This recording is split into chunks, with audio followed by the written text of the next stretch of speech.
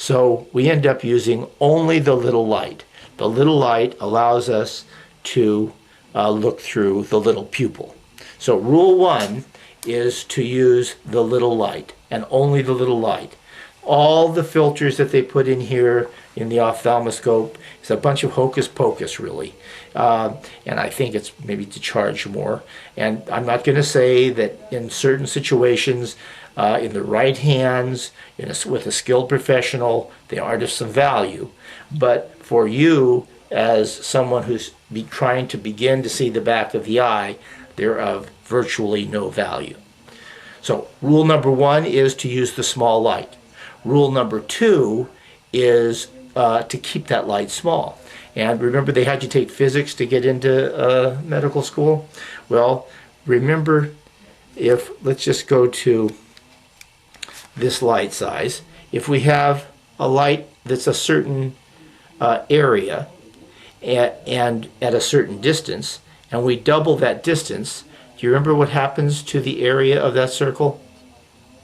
Yeah, it gets bigger, that's right. But what happens to the area if we're 1 inch away and then we move to 2 inches away?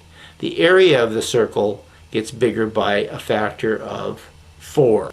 One of those physics things, okay? So the bottom line is, in order to keep our light small, we have to be close. So rule number 2 is to be close. Rule number 1 is use a small light.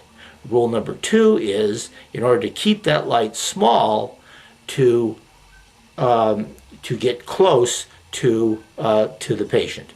You have to do that. And rule number 3 is, when you're once in the pupil, you have to choke up on the ophthalmoscope in order to keep fine motor control. If you hold the ophthalmoscope down at the end, you're going to start to get a little bit of a tremor, a little bit of a shake. You can't help it. And you'll be out of the pupil. You'll be hitting the edge of the pupil. You won't be seeing anything. Whereas if you choke up, and look how awkward this looks. That looks very awkward. I'm choked up. The bottom half of the ophthalmoscope is not even on my hand, but I'm choked up here, and I can get fine motor control. I can pivot that light in the back of the eye rather than gross horizontal and vertical movements. I can pivot the light, and I can go around, see the optic nerve, check for papilledema, look at the optic cup, follow the blood vessels by having good motor control. And so the 3 rules that you have to remember are: number 1, use a small light. Number 2, get close so that that small light remains a small light. And number 3, choke up on the ophthalmoscope so that you have fine motor control. And when you're in the pupil with that small light that you've kept small because you're close, you can pivot and see all the structures that you need to see. I'm going to repeat this one more time because it's very important. It's only 3 rules, but they're crucial.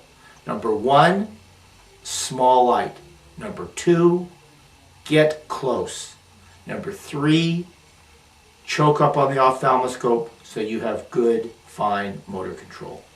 Practice those three rules, and you'll start to see the structures of the back of the eye.